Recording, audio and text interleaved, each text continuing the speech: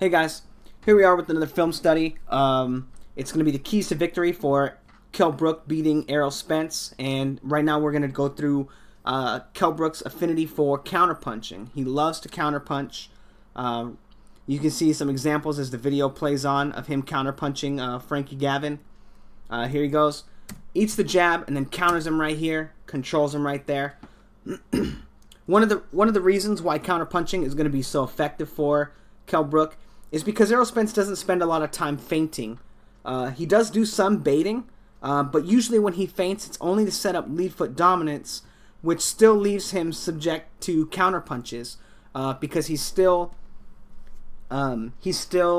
committing to a foot movement off of his punches. So because of that, because of the fact that Errol Spence mostly commits to the things that he's doing, I think that Kell Brook is going to have a good time counterpunching against him. So here he is, kind of eating a jab. I think I missed the little clip. So here he is, eats a jab and then catches him with a solid counter on the way in. Ties him up very well. And then Frankie Gavin goes to jab him and he catches him with a straight right. Very, very sharp punch right there. Again, catches him with a straight right off of a jab counter. When he goes to hand control, he counters the hand control, lands a good straight right,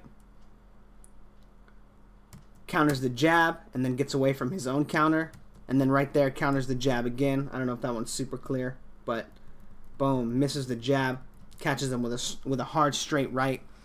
And I think that this is all going to be really effective because of the fact that Errol Spence doesn't always control his opponents as well after he punches. So a lot of times he does, sometimes he does, but in the times that he doesn't, Kell Brook's definitely going to get hands on him. But also because Errol Spence, as you see right here, he commits to all his shots. So right here, lead foot dominance, two fake jabs, you know. I'll kind of shoot this video so quick. So not a real jab, as you can see, they're not punches. He establishes lead foot dominance. Algieri turns away from that shot and it hits him in the bicep, and then he catches him with a left hook on the way out because Errol Spence's defense isn't always on point, and because he's not controlling, well, he tries to, you can see he has his hand on him right there, but he's not controlling him very well, and he's able to land the counter. Here he comes in again, right? A faux jab, establishes lead foot dominance, committing to the action, and then gets cracked with a left hook that moves him. He kind of also lands his own punch on Algieri, but it's with his forearm, if you can see it. So they almost hit each other at the same time. Algieri hits him first, and then as you can see, it's his forearm in Algieri's face. But again, right here, he commits to his movements, but he uses the jabs only to establish lead foot dominance, right? They're not probing, they're not real jabs. And then he throws the right, and then, or a left, and then right to the body, but then he eats a body shot right there. Sorry for the potato quality.